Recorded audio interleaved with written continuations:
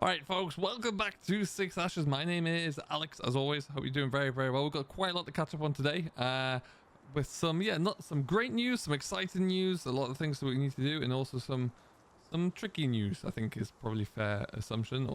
Now, we are currently just looking out over some of our fields. We've got everything plowed in the back 40 here that needs to be plowed over, which is great, which means that we'll probably get onto working this down, and then all being well, we'll be drilling it. Maybe tomorrow or the day after. Today we are not going to be doing that. We're going to be eventually going to be baling up some field grass, or some horse grass, beg your pardon there. That's all ready to go. So we've got like the wrapper man's coming in about 2 hours. So we're going to get a start on it in a little bit there, just to get ourselves kind of going through with it, see what we can do. Now, we do have some really, really exciting news actually. It has been a while since I've kind of brought you any updates on our shed that we were building. And so it's now time to show you, because the team in question have been busy. So busy. Now, we didn't really bring you too many updates because I couldn't really get in their way. But look, there's a shed there. It's not finished, but there's a shed. And we're going to have a bit of a look over it there. And it's a source of frustration. Oh, look, I planted some bushes there as well. They're starting to come through, which is looking good. Hedges coming up as well there. All looking dandy. But yes, I have a problem. The farm has a problem, the business has a problem, and it's a problem that for the moment is getting worse. There's a bit of a crisis now, actually. It's not getting any better. So we're gonna have a look at this first. This is my new pig shed. I went overboard with it, really. Now, that's not the problem. This is gonna be great. We spent a lot of money on this. As you can see, the aim is that it's going to be self-sufficient where possible. We've got some solar panels. They're not yet hooked up, but they're on top of the roof anyway. They will be getting all connected in as soon as we can really get that going. It's on a bit of a different angle here. We decided that this was going to be the best place for the foundations to go in for the shed, predominantly for 2 reasons. One, because it gives us a nice big space around the front here to get turned in, to be able to get any lorries in, to get in and out of here where we can. We're going to be eventually down the line here where these containers are at the moment. There's going to be another storage shed in that back corner, I think, just for some bales on site, that kind of thing. And then maybe a few sorting pens around here as well. But that's a long way down the line. We don't need to worry about that just yet. It's been finished. It is a timber and steel frame building with all self-sufficient electricity throughout where needed, for lights, for roller shutter doors, things like that. And we even put a little bit back into the grid there as well, so that's quite neat to see. It is fully ventilated, as you can see through there, and as we come up to here, in we come. I feed everything through the end here there, and it continually feeds it through into the troughs, which is great. So pigs will be coming in through here, and by opening this one right up here, it allows us to get a little bit more air in for the pigs. Make sure everything's looking good. All the lights are in. Everything's kind of plumbed in there at the moment there as well, which is brilliant. Don't need to worry about any of that stuff. We just need pigs, really, but they're not going to be coming for a little bit. They are kind of, I've agreed upon a price for them. I've agreed upon a number that will be coming from a special breeder. That's all good. They're just not going to be coming anytime soon. And there is a reason. I can't afford them. I can't afford any of this at the moment. I can't afford to pay the builder. That is why there's not a single tradesman's van, builder, or anything floating around here. I am currently owed an awful lot of money by my clients, really, by my customer base. Henry Lansdowne and Associates have been contracting me to provide fresh produce now for, well, I think it's getting on for about 3 or 4 months, if not a bit more. And actually, no, it's getting on a little bit higher than that. So we've been really upping the number and the quantity of our deliveries. The produce that we're delivering has been starting to vary a little bit as well. We've been able to kind of franchise out a few other bits and pieces that we need, so we've been able to kind of subcontract it out to other contractors, and I've been able to really benefit from that. The vegetable side has been going tenfold. The orchard, the fruit side has been going really well. Got a little bit of honey, but that's a bit of a failed business. That's another story. Fresh fish has been going over as well in the form of salmon from our pond, and I haven't received much money at all. The last check I received was approximately 2.5-3 months ago there, and it was for not a lot of money at all there. It was for about 35% of what the original invoice was for. I don't know why, I don't know what's happening there, but the money is drying up. This right now, this shed has not been paid for. and I don't know how it's going to get paid for either. So the good graces of the engineering firm who are constructing this, they are just going to step off site and come back when I can pay them the next installment.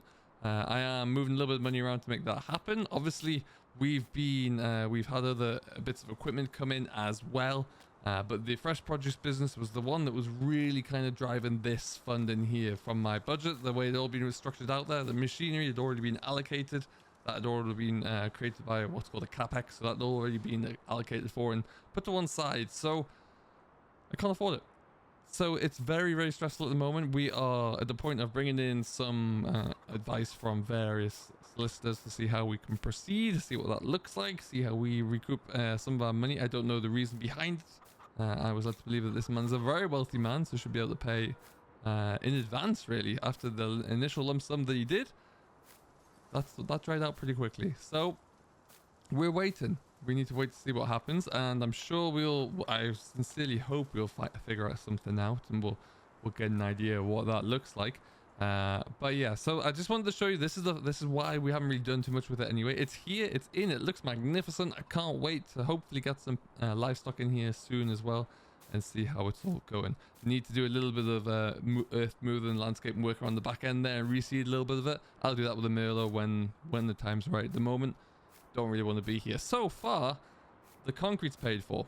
The foundation that you see here, the concrete has all been paid for. That was the last thing I could actually pay for. The rest of it we're waiting. So as with any major project, there are milestones that the project contractor hits, and there are milestones that the client, have to pay for, and we just can't at the moment. So I have put a little bit of money that I had left in my other budgets. We pulled things around. I paid a little bit as a gesture of goodwill and good faith, but it's not enough. So as you'll see as well, that means so far I have got produce here that's sitting waiting to go. I'm going to try and find another buyer for some of this because I'm not sending them any more until I can get some money back for what is owed, which right now is a pretty healthy 5-figure sum, let me tell you. So yeah, we need to wait for that one. But the farm work does not stop. Like I say, we've been busy in the last few days there. We had the case out plowing over the backfield. That's ready to be drilled. We'll get on with the drill there as soon as we can. And but now we're going to take the case back out again. We're not taking the Ford because that needs to go into the new sprayer soon enough, because we need to. Some of the crops that we've already drilled need a little bit of pre-em treatment, because there's good. It's not only is it good grass growing weather, but it's good weed growing weather as well, which I'm finding out. So we'll need to get on top of that one soon as possible. For right now, we're going to go and show you what we've got cracking along with there. Earlier on today, we don't have a fancy new twin rotor rake or anything. I've got an Acrobat, and I was out with that earlier, and boy was that a struggle to try and get this all raked up, but it's raked up nonetheless. And we're going to see if we can get it in. It's a heavy crop, it's a thick crop, and like I say, the rapid man's coming in about 2 hours, but I want to go make a start with it anyway, because yeah, I feel like if we don't do it now, well, I'm going to get caught up in a few different things there, and sometimes it's best to get into a tractor and control what you can. In this case, it's getting the last harvest done, because I can't control what's going on that building site there at the moment. So we'll leave it for now. We'll have to wait and see. But hopefully, yeah, this will all be resolved very shortly, and we'll be able to kind of get some livestock in there, get some pigs in there, and get going. The aim is to start producing our own bacon and our own pork chops and sausages. Initially to provide to Henry Lansdowne and Associates, but then further afield as well. Now, is that going to happen with the first customer? I'm not sure. Looks like ties may be severed, but we'll see. But if that is, then I also need to find a new investor. I need to find a new customer, because yeah, I am producing a lot of fresh produce for nobody at the moment. The orchard's going really well, I have to say as well. The apple trees that we've transplanted earlier in the year and last year are really thriving, and that is going phenomenally well. Couldn't ask for more there, so that's great news. Just need someone to take those two. Looking to get in a couple of staff to kind of look after the fruit picking and the organizing and the packing and the dispatching, because it's getting a little bit there's a lot to do really across the greenhouses and the orchards, so we need to get someone in to help with that one. But today I'm excited to get our new Pottinger baler, which is on finance, can you believe it or not. Like I say, this was all capex, this was all budgeted in, and it seems like a very foolish decision right now, and you know, resting on laurels that I didn't have at the time, but you know, it's ours now. It's signed for, it's paid for, so we should use it, and I think we'll get this done. As you can see, crops are raked up. It doesn't look like it's a heavy crop, but it is sitting quite heavy. The Acrobat does a nice little job of it on it, actually. But we'll just get that in there. Lower it down and away we go. So like I say, this is the first time out with this new baler. This will be the only work it does this season before it's kind of cleaned down and put back in the shed. But a nice little warm up there, really. If anything else, I think we'll just take this little bit in the corner here first. That'll be sufficient. Go around there. And yeah, we'll see how we get on. But we did leave a little bit of a chunk around the edge of the little stream here for a little bit of a wildlife corridor, just to give them some shelter in there as well. And I think that was a good idea, and I'm happy to see how that comes along. Looks like we're just about on our first bale there already. Could be it. We're kicking out some 4.5 bales here, which will be pretty darn handy. These are going to, they'll be wrapped, they'll be stacked, they'll be left here to turn into a haylage, where they'll probably be going to the equine industry, I think. Haven't got a buyer for them yet there, but that's something we can do once they're all wrapped up in the yard there, I think. And we'll see how that's all, see what that looks like later on down the line. But yeah, ultimately, first thing and the only thing we can do is get it baled. We're going to leave it, we'll put a bit of, maybe a bit of muck or some fertilizer onto the deck in the spring. Probably try and put some muck down. I want to try and make this as organic as possible because of the water source there. I don't want to start throwing any manufactured fertilizer onto here. Any man-made fertilizer and products will go straight into the water body there, and then that's into the water source, and I will be in trouble, which I want to avoid where possible. Just slow it down a little bit, getting a little bit too fast. What we'll do is a slalom a little bit so we get a nice even bale coming through. And we should be good. But yeah, so that is why there hasn't been a video from me for a little bit.